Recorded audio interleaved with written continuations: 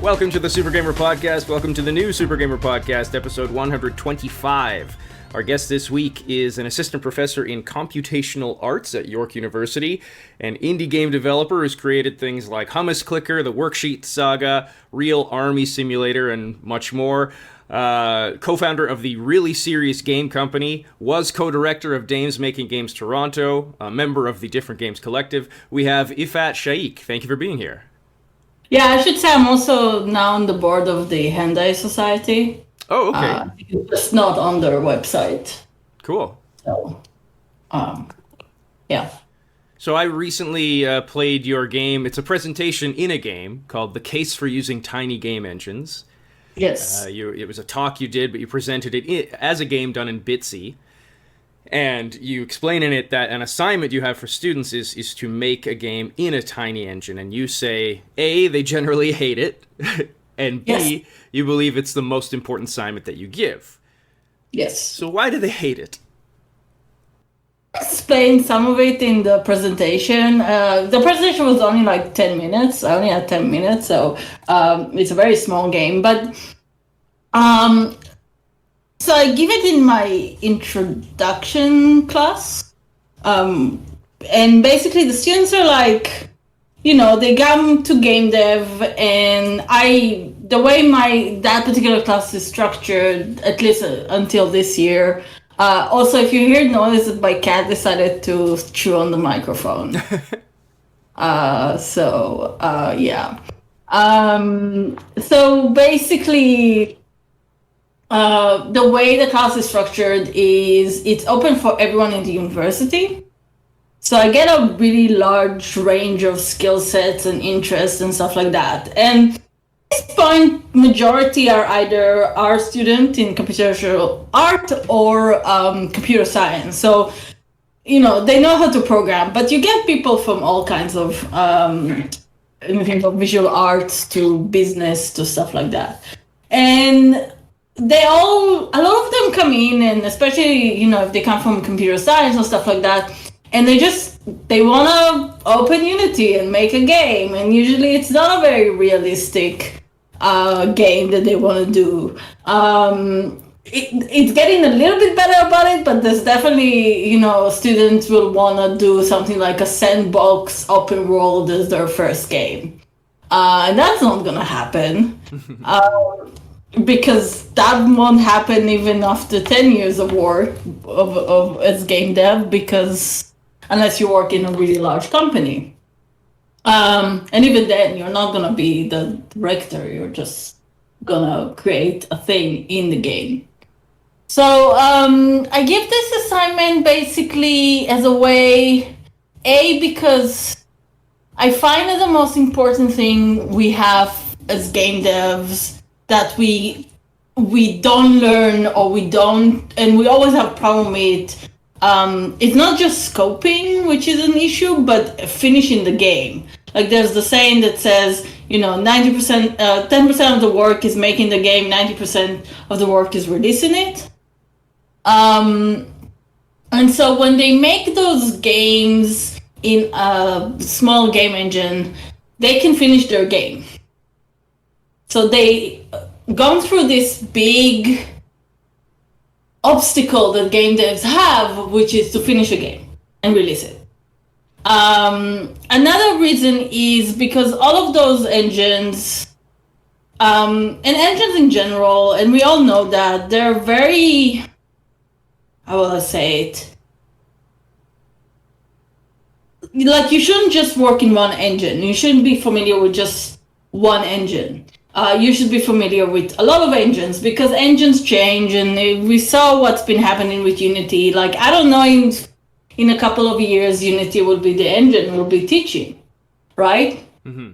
So instead of like, oh, I just want to make games in Unity, or I want to make games in Unreal, I'm going to tell you, no, you should make a game in the right engine for what you're trying to do. And you should be able to make a finished game that will be actually fun and it'll playable very, very quickly in those small game engines. And they're valid games, and they make a lot of work. The student and they make really good work. Sorry, I'm a little bit tired, so if you hear me blabbering for a bit, that's No why. problem. So the reason why they hate it is because, and I've heard it before, where it's not a professional game engine, or it's not Unity, it's not a portfolio piece. And my argument is that it is a professional. Those are professional game engine. Those are portfolio pieces, and it's more important in your portfolio if you're releasing, like going out, to have a bunch of finished games that at least like you can show some sort of skills, instead of just having half-made like Unity game that doesn't look that very great and has a lot of bugs because it's your first game ever.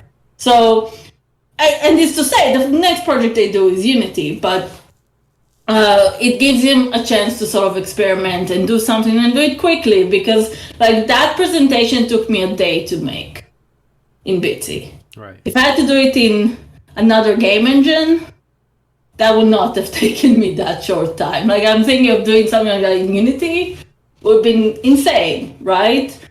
But in Bitsy, I can make it really quickly, and there's so much stuff that people done to the tool extra that you can do all those stuff. It's the same with like Pico 8 or Twine or GB Studios. They're really interesting engines, and I think that they're very limited.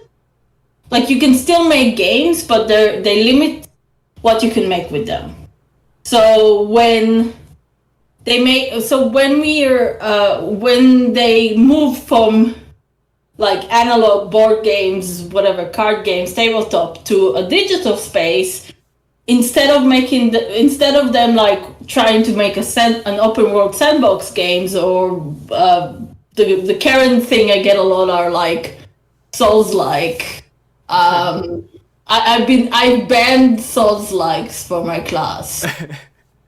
I told them it requires a lot more design jobs than they're ready right now. And like, grading them is hell, because it actually takes quite a lot of skill to make something that hard, that enjoyable, right? Right. So instead of them making, a Souls-like or an open world game, they really don't have that much options of what they can make in the game. Some more, like Pico 8, I think it's probably more flexible. But yeah, so they have like a very small engine that has a lot of limitation, but allows them to prototype very quickly. So by the end of the assignment, and they don't have a lot of time for it, they have a finished game made in a game engine that they can put in as a portfolio piece. And it's usually, the results are pretty decent for their first digital game. Does their opinion change at all by the end of it? Like, do they tend to be like, oh, you know what, that was actually really fun? Not in the term of the class. I think maybe 3 or 4 years later, maybe they'll thank me about it. Right. But, it's hard because it's 18 and 19 years old, and, they're very smart and very talented, but also, they sometimes think they know better than you. Mm-hmm. And they have their opinion, and some of them are obviously valid opinions, and some of them, comes from different way of looking at stuff, and some of them, in their mind, some of them, have been working with stuff like Minecraft or Roblox or other kinds of stuff, and they're like, I know what I'm supposed to do. But my job is to sort of make sure they come out of the class with as much knowledge as they can to make a game. Did this assignment come about, like, did you create this assignment after you did your own The Engine is the Message project? Yes and no. It's a little bit complicated. Basically, this particular class was done. I've been teaching it it for about 7 years. I'm actually not teaching this class anymore. I finally moved on to not teach introduction classes, but that particular class moved a lot. It went through a lot of like iterations until I got to the point where I gave that particular assignment. I think like the board game part was always kind of a thing, but it was hard for them to move from board game and analog games to digital, straight to Unity, right? So it sort of came about from an iterative process, but definitely like, my love of, or my thought of basically, everything can be a game engine, sort of definitely contribute to the way the assignment is made. Right. Yeah. The engine is the message. Obviously, it's a play on McLuhan's "The medium is the message." Yeah.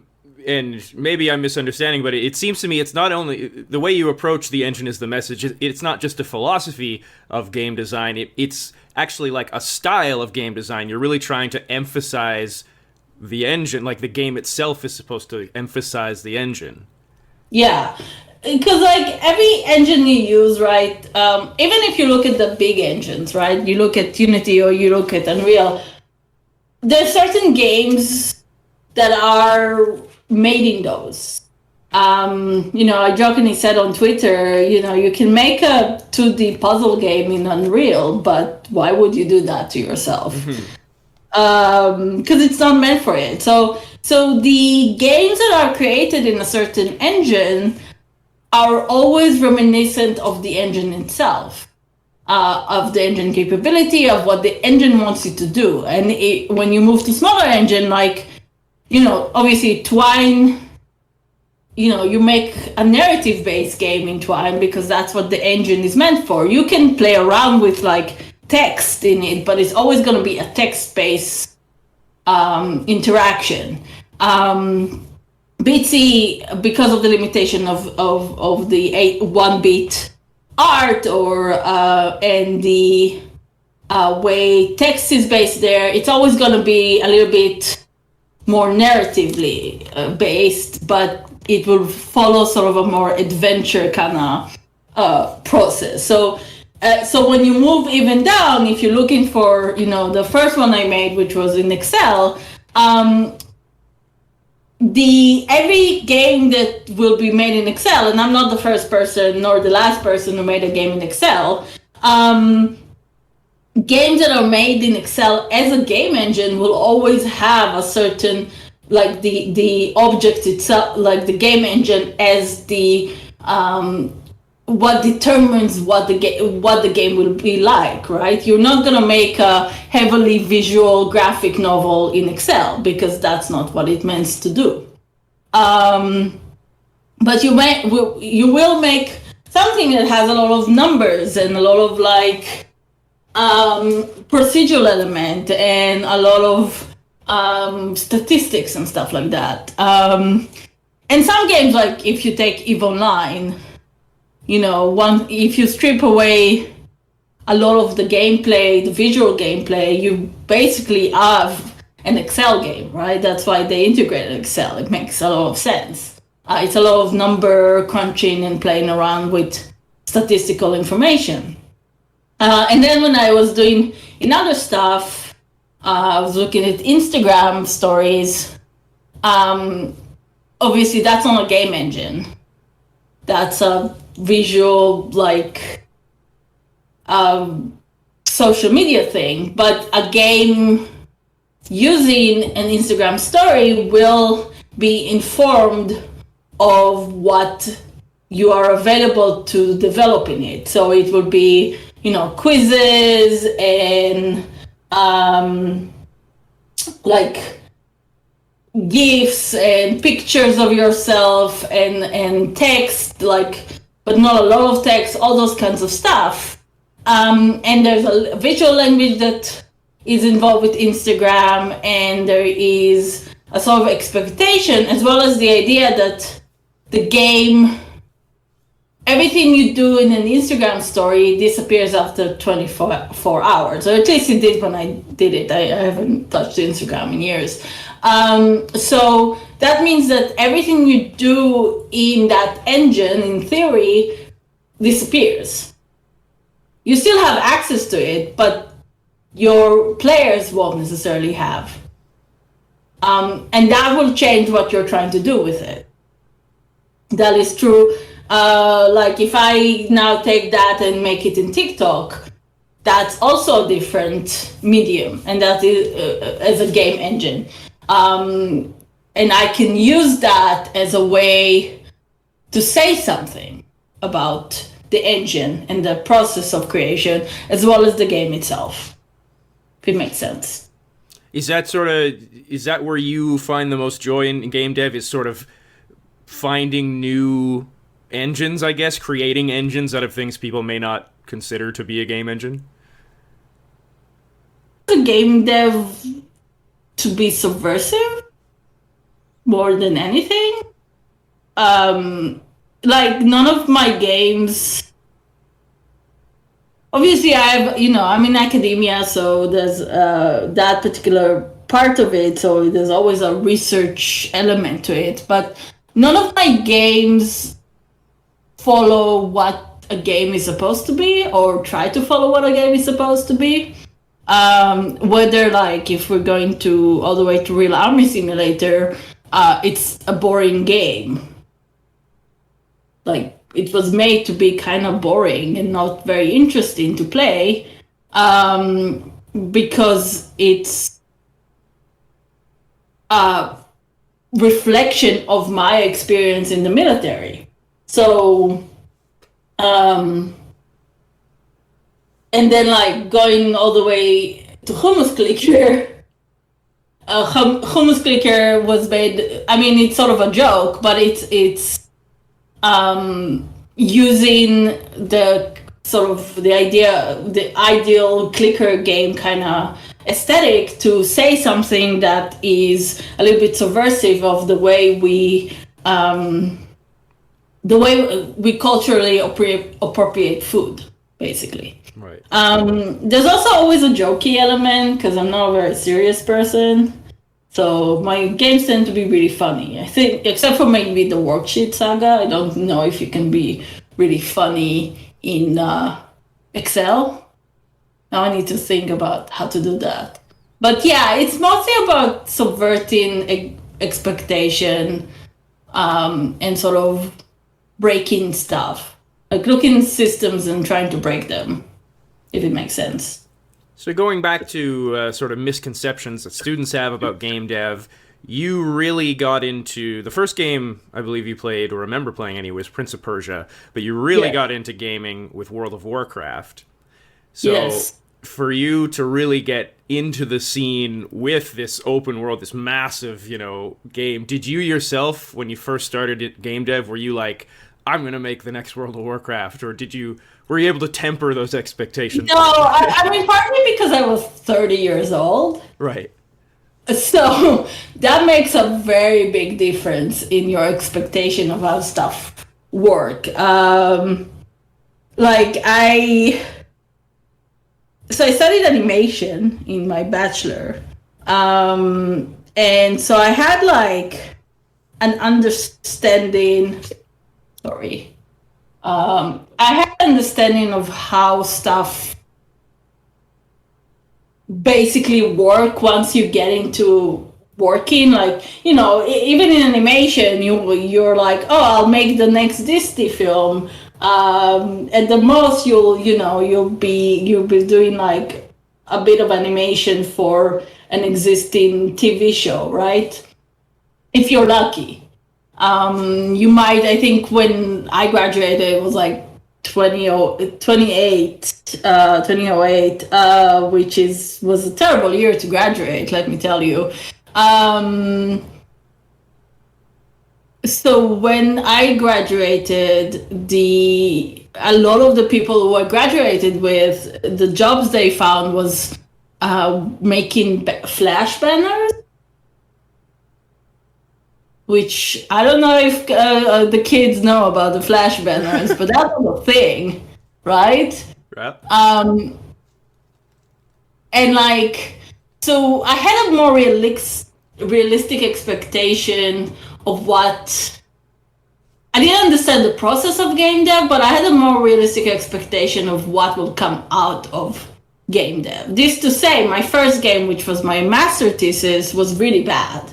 And really like was kind of a failure in many respects, which is fine as a master thesis because when you're doing grad student, you can fail and say like your final submission can be an explanation of why it was a failure. It's part of the research process, right?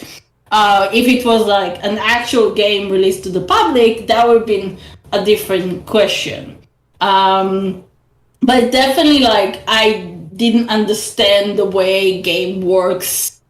Like, I could make them beautiful, because that was easy, and I could make them interesting, but I didn't know, visually interesting, but I didn't know how to make them good. I could say stuff about them, but again, I didn't know how to make them good.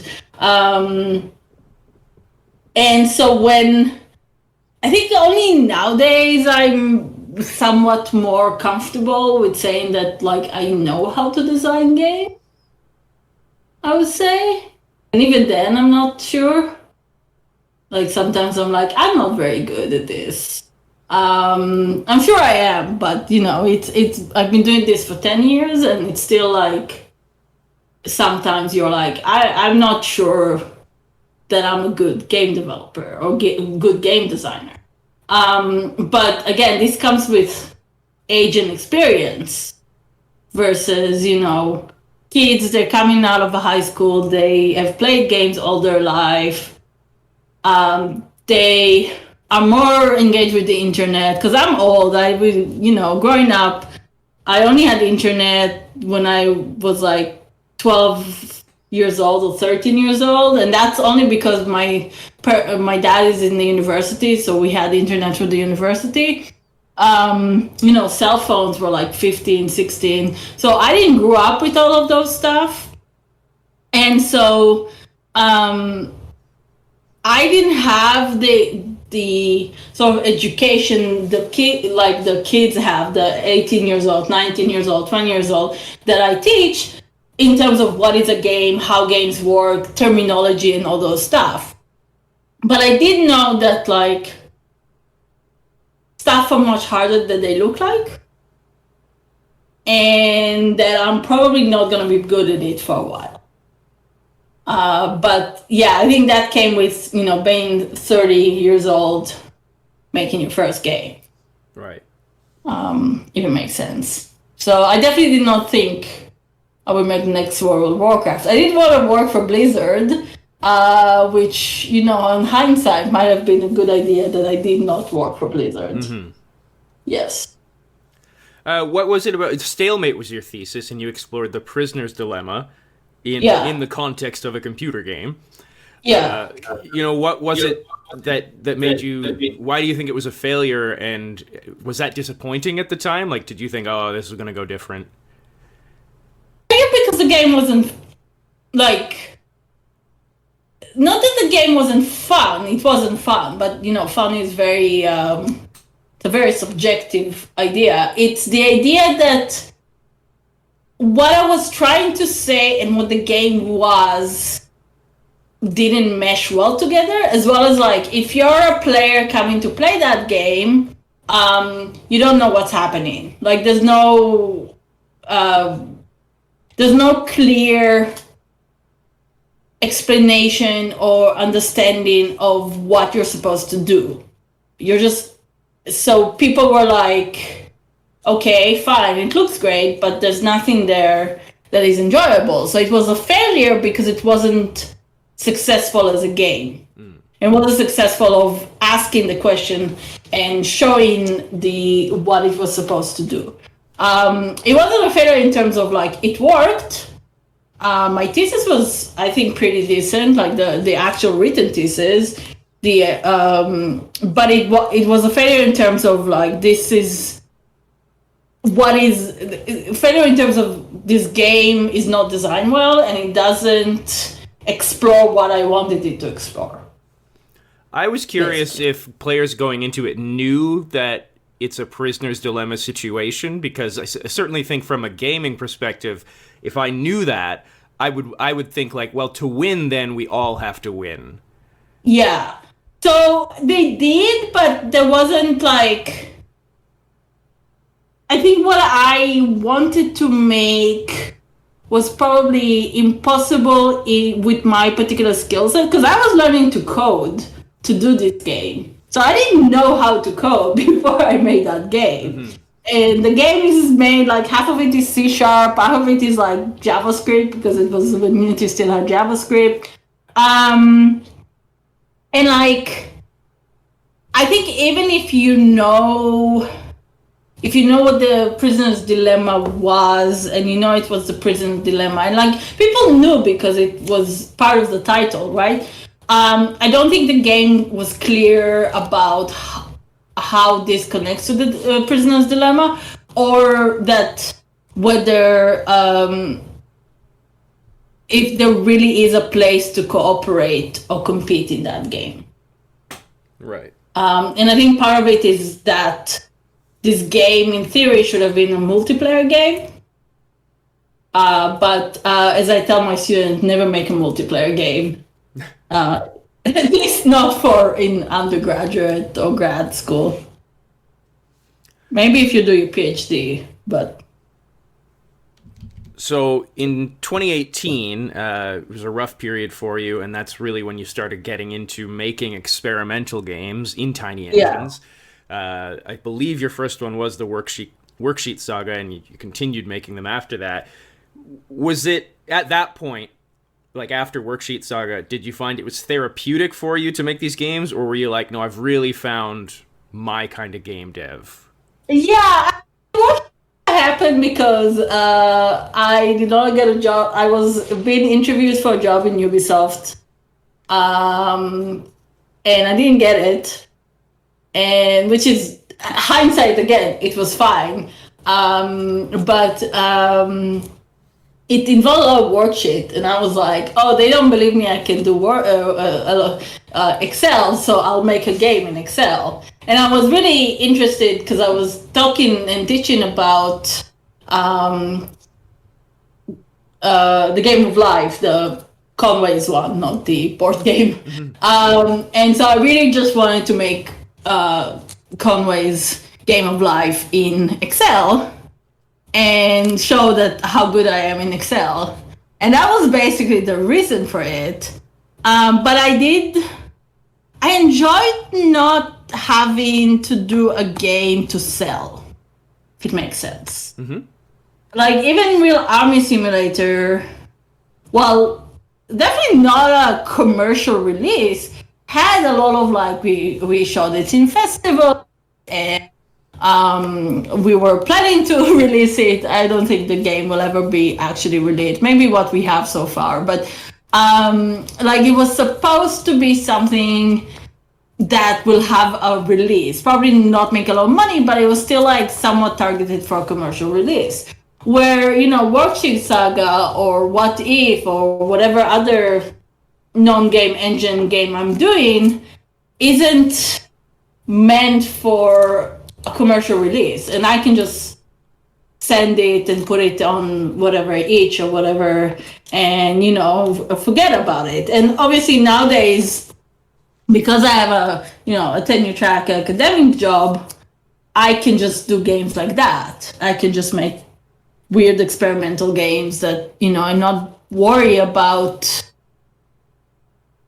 what, like, I don't have to worry about the financial of them. I can just make the games that I want to do, and sort of experiment in the act of making games and what is games and what is game design and stuff like that. I think as a game dev, it ended up moving to the more experimental work just fit me more. And sort of cemented my work as like, I'm not gonna ever, be a famous, game dev and release a game that makes millions. But rather, I'll just make weird shit and eventually people will talk about them. Sorry, if the cursing, I do curse. So Oh, that's okay. No worries. Yeah. So yeah, I was like, okay, yeah, there was a sense of freedom of moving into experimental work and sort of just having fun with the process and not worrying about the result that much. Funnily enough, the Worksheet Saga especially was probably my most like, I got people writing about it, and like being interested in it, except for maybe Real Army Simulator. I think that's probably still the most like the game that had the most people talking about, but also that was a game that I and my partner, we were working on like marketing it or showing it around, where like all the other games I made, I just put them online. So when they got any interest, it was really because people were like, this is weird and I like it. So yeah, there was something very freeing about just making weird experimental stuff. Yeah. On June 13th of this year, Yeah. you said you're done with Elden Ring. Yes. July 8th. And then I played, July 8th, you're playing Elden Ring again. yeah. I fired up New Game Plus. No, okay. So I made my husband kill the Elden Beast for me because I was not handling that particular boss. And for some reason on the PS5, the multiplayer for the Elden Beast and the last boss, which I always forget his name. I think for a while I called him Rodrigo, just so I can... I think it's Radagon. Yeah, because there's Radha, there's Radagon, everyone has the same name, right? But I was like, okay, I'm done. But then it was like, okay, Derek, can you play the Elden Beast for me so I can play New Game Plus? So I did go back to playing it. I did stop on playing Stray now, but yeah. I kind of want to go and... Because I missed a lot of the story bits in the game. Mm-hmm. So, yeah. Yeah, that was one I love Souls games, and finally beat... I similarly had trouble on the last boss and ended up having to summon multiplayer helpers. But I had always planned to just go right into New Game Plus, and by the time... I mean, I probably put 200 hours in. I was like, I don't think I'm going to do that. Yeah, I was exhausted. I'm not a big Souls person. I don't do well with hard games. I'm not a very good gamer, but in general. And like I've been playing most games nowadays on like easy. Also because lack of time means I don't have the time to invest in getting good in a game. Mm-hmm. But I did enjoy Elden Ring. I was playing as a mage, which I guess is easy mode. Whatever easy mode is in Elden Ring. And my understanding is not as hard as the other Souls-like. I am now really curious about playing like Bloodborne, because I really bounced off it the first time I tried. And yeah, I'm really curious. But yeah, oh god damn it, Elden Ring. That game.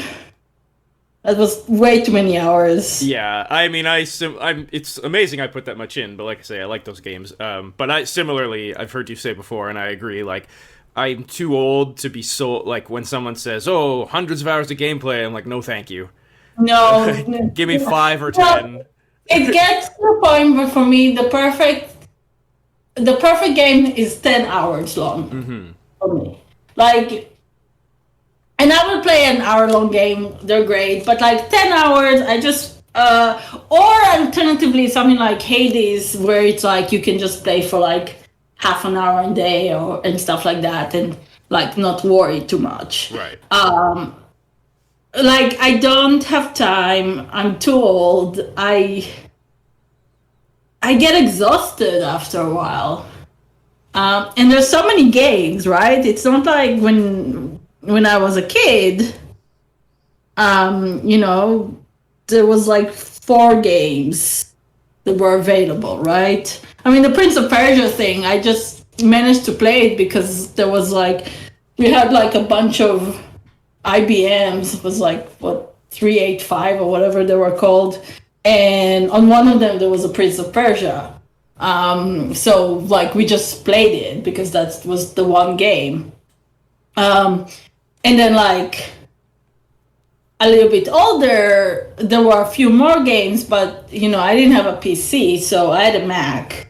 Well, my dad had a Mac, so there was a few Mac games, but there was also like, I had a friend who had a PC and had access to some games, mostly the Sierra stuff. So there wasn't that many games, but nowadays I can't even, you know, like there's still, I have a list of games I wanted to play, and that list isn't going smaller.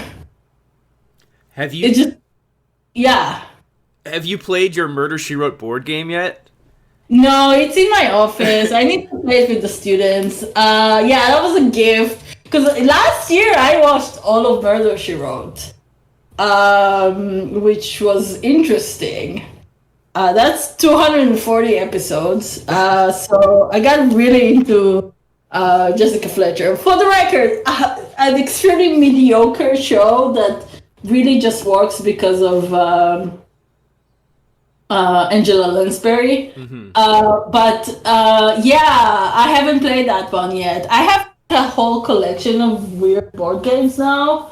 I actually just got some. I went to Value Village and got a few other weird ones. And one of them seems to have been unopened from like 1985. I have to check that one. But yeah, some sort of weird older games. But I haven't played the Murder, She Wrote one yet. Maybe like the students mod it. Were you surprised by, a while back you had a tweet that got a lot of traction, what games have made you cry? Were you surprised by the response you got out of that? Like, yeah, I mean, that was like, because I wrote about it. I mean, I was surprised in terms of like what necessarily made people cry. And like the range of answers, because in most cases it was a lot of narrative stuff for obvious reasons. But for example, I think my number one game in that list, again, it was quite a while ago, was Journey, which is a game that also makes me cry. And so I think like one of it was just like the music, the soundtrack of something like Journey. But yeah, I never know which, you know, I get like, I think like I have 3 or 4 tweets that went viral and I still don't know why. This one is a surprising one. Were there any answers that stuck out to you, like whether ridiculous or whatever? There was nothing ridiculous. There were there was 1 or 2 people who mentioned like a game that was more not narrative based that made them cry, that were more mechanically based, which I thought was interesting. But there wasn't like a huge anything particularly surprising. There was a lot of Mass Effect stuff or like particular characters. And I think like if I had the same question today, it would have been very different answers. Not in terms of like, I think it's still going to be a lot of narrative stuff, but it's going to be like the games will be like number 1 or 2 might be very different. So yeah. It did get me thinking. I don't think I've ever cried like emotionally from a game. I think the closest I've got was Transistor, which definitely was an emotional ending. But it's weird to me because like it's not like I don't cry. Like I cried at Uncle Buck, the movie, which is it's a John Candy comedy. So I don't know why. I cried in My Girl, right? The Macaulay Culkin one, like a baby. The last game Stray made me cry, but that's because like it starts with a cat like losing his family, and it's a ginger cat, which I have a ginger cat, so it's like, oh no. What made me cry like a baby? The game made me cry like a baby was Spiritfarer. Like that's a game that it's like emotionally devastating. But yeah, I think there's a tendency in video games to avoid like emotions that are, I won't say feminine.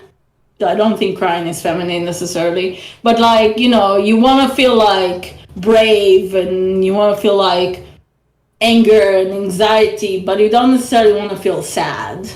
I think like we are moving away from that the last like 5 years or so, and there's definitely a lot more games that about an emotional journey that is more, no, I don't want to use the word cozy because I don't think necessarily all of those games are games that are cozy. They might be actually very uncozy, but rather like I want to call it softer, where the story and the gameplay is focused on emotions that are like sadness or warmth or I want games that the main verb is hugging, right?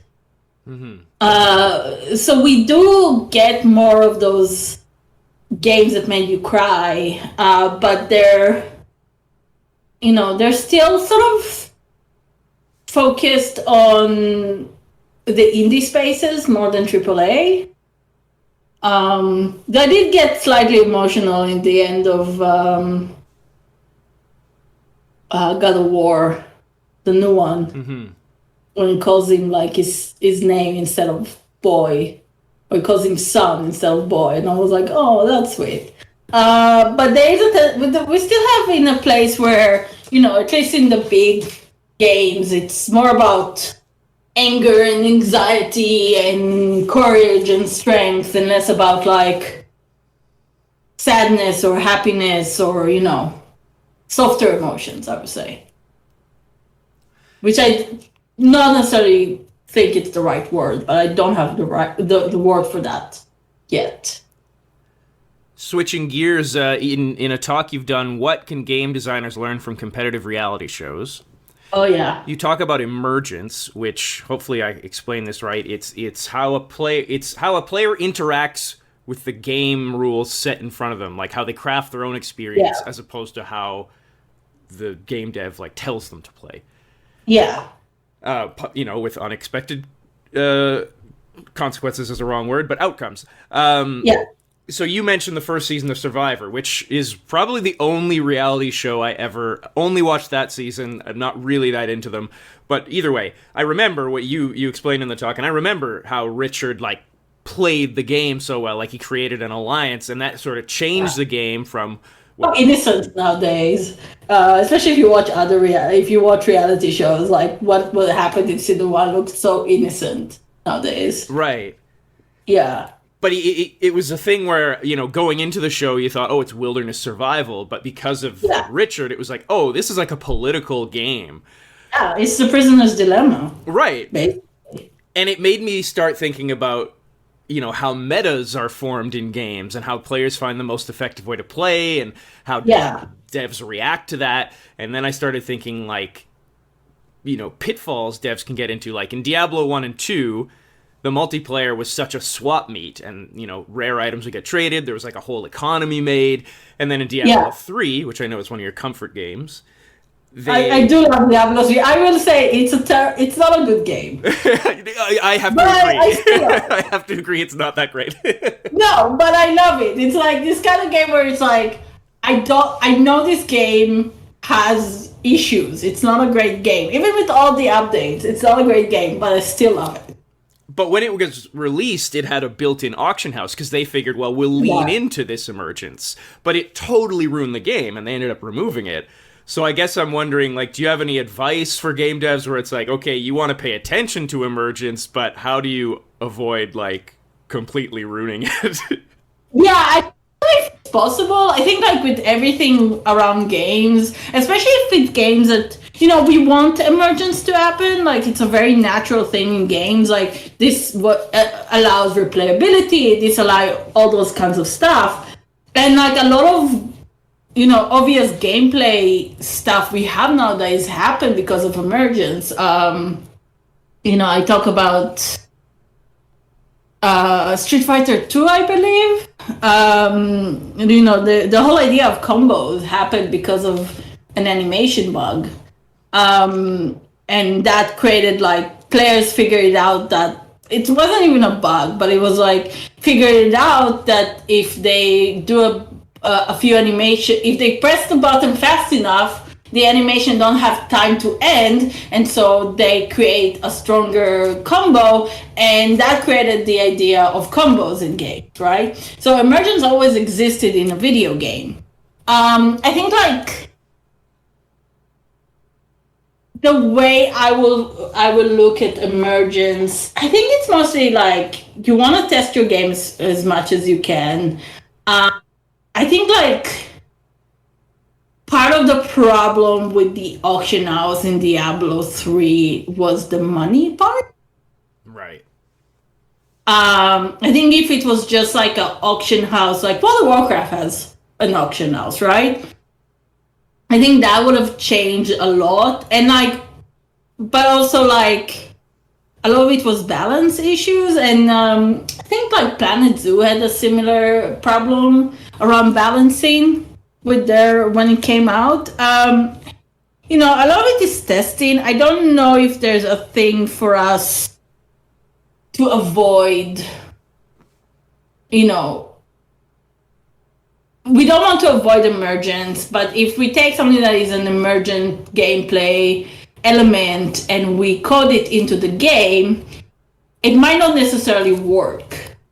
And going back to Survivor, which I highly recommend watching all the seasons. It's very good. It's the only reality show I would recommend. No, I recommend The Circle as well. Circle is a lot of fun.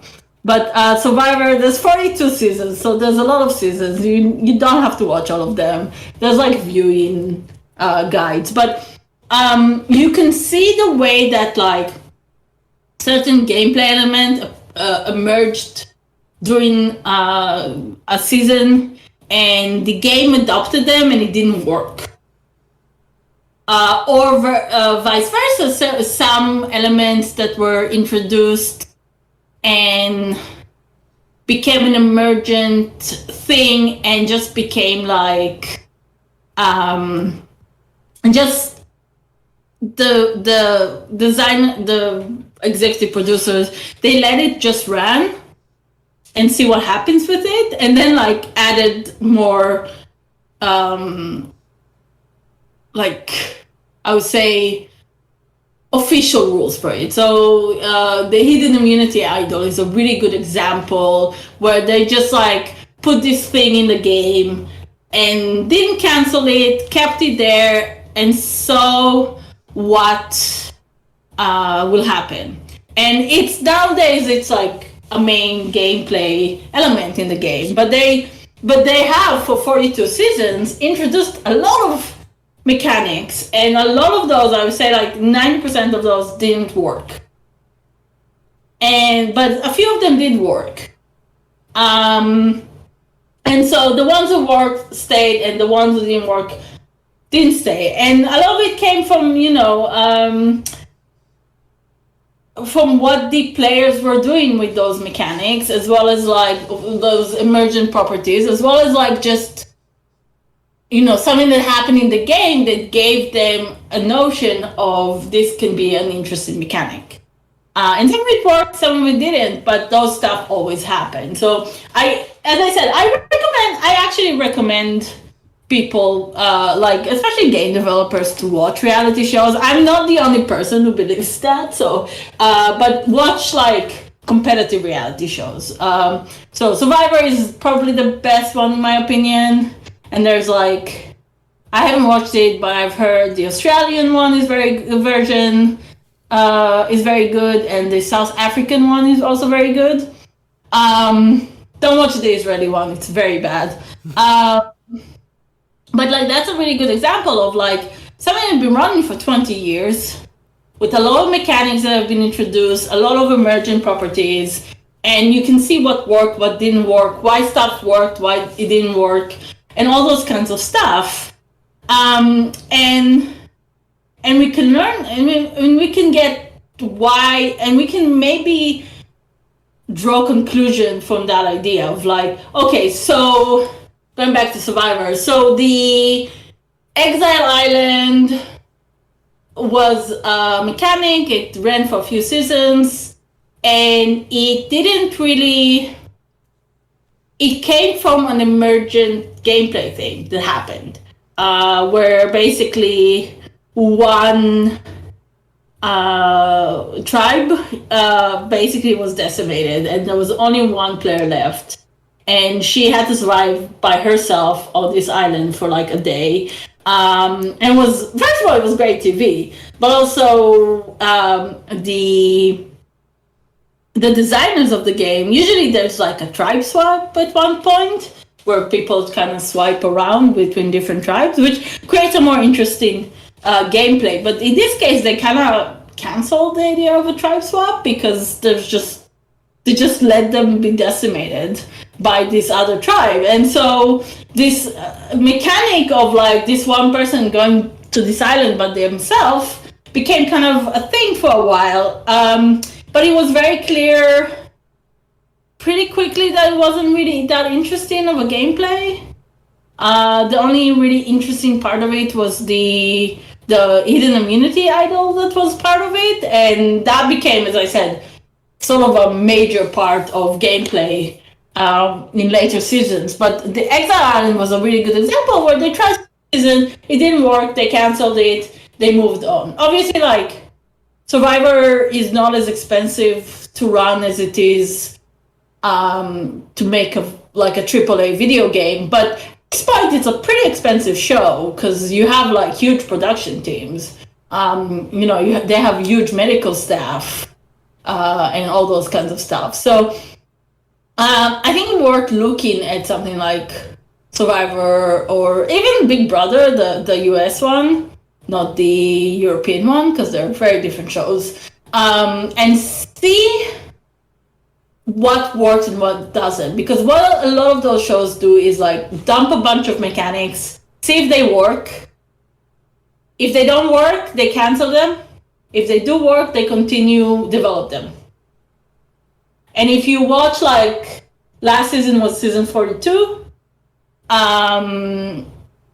like there's a lot of gameplay mechanics introduced, as well as like the game is shorter now because of COVID. They had to shorten the game to 26 days instead of 42. And that they might stick with that because it creates a much more stressful game and fast game. But like, yeah, you have all those stuff happening, and they added all these insane mechanics, and some of them work, some of them don't. And then like next iteration, like next season, they might decide, okay, this doesn't work, and this works. Okay, we're gonna keep this mechanic. We're not gonna keep this mechanic, and then like see how that mechanic that maybe works and continue further. And it works because the people know that it won't be completely fair, the game. it's not a completely fair game. Just not. A lot of it comes to luck. So people know it's unfair, and people know that, the game is run for such a long time. Stuff will change, because if it ran the same way as it ran in like 2000 with Richard Hatch, it would have been very boring to see that nowadays. Just like that particular mechanic, it has a name, but like that particular strategy, which is now the name escaped me, but the name of the strategy is. But basically, it's like the two tribe. One tribe has bigger numbers, so they vote out the other tribe once they get into like the once they become one tribe, and then like that particular tribe starts voting each other out until there's like the alliance that is the main few people. So that worked in season 1 and season 2, but it started getting boring by season 3. So they had to introduce a new mechanic. So introduce tribe swap, sort of kind of took out some of that particular thing, and then continue. So nowadays it's a really complicated game. So if you look at those particular development, as a game developer, I would like to see what they did to develop the game and to see what worked for them and what didn't, and I can use that later on in a game development. Before I spend a huge amount of money on making real money action house. Have you ever, or do you have any desire to, make a game engine out of knitting? Not knitting specifically. I was thinking for a while of doing like a procedural generated like either knitting or crochet or macrame, because macrame is interesting because it's 0 1s, right? It's just like 1 is fabric, 0 like non-fabric, like string, and 0 is no string, and that creates a pattern. So I was thinking of doing a procedural generated, like, how do you like, instead of having a full like a pattern, like if you've ever seen a knitting pattern or embroidery, all those stuff, there's very specific patterns, but instead of doing that, determine the pattern with like a dice roll, for example. So I was thinking about that. I don't know if a full game engine, but definitely a game that is knitting will be an interesting thing to do. You might have to wait for my 5 other games in development right now. Which is what the last thing I want to ask about is, can you tell us anything about Unplaces? It's very, very early on, because I've been working on this other mobile game which is actually probably the most commercial thing I've ever done. I don't necessarily think it's good, but it's been a hell of a lot of fun to make, which hopefully I'll release soon-ish. I'm just building levels now. But yeah, so Unplaces was sort of going back to the games in non-game engine. I was playing around with Miro, which is a whiteboard thing, if people haven't used it. If not, Miro is great, you should use it. And I was like thinking, and I was also in some event game thing, which was online in Miro. Some professor from NYU was a film professor, and he did a very interesting thing around exploration around this family in Miro. And I was like, I wonder how much you can push Miro as a game engine. So I'm still working on seeing what can be done that way, but also I was like, okay, so what can I do in Miro that is really interesting gameplay-wise? And I was thinking about maps, because I really like maps, and also I've been using Miro to play with the students a game called The Quiet Year. I think that's the name. So it's a map building game. It's a lot of fun if you haven't played it. Highly recommend it. But I've been playing with the student as like an exercise for making maps. And so we were using Miro for it. And I was like, okay, you can make a map, an interesting map in Miro. And because it's like you can link to other stuff, like I can make like a place in the map and links to another Miro board or something like that. So I was like, okay, this might be interesting. And then I was thinking for a while about, and sort of became a thing about places that don't exist, or places specifically that exist only in dreams. And I was like, okay, maybe it's just me. Like I have these dreams about these really weird places that don't really exist. But when I dream about them, I'm sure they're real places. Like, you know, like a tower next to my parents' house, like an abandoned, weird, dark tower next to my parents' house, which does not make sense at all.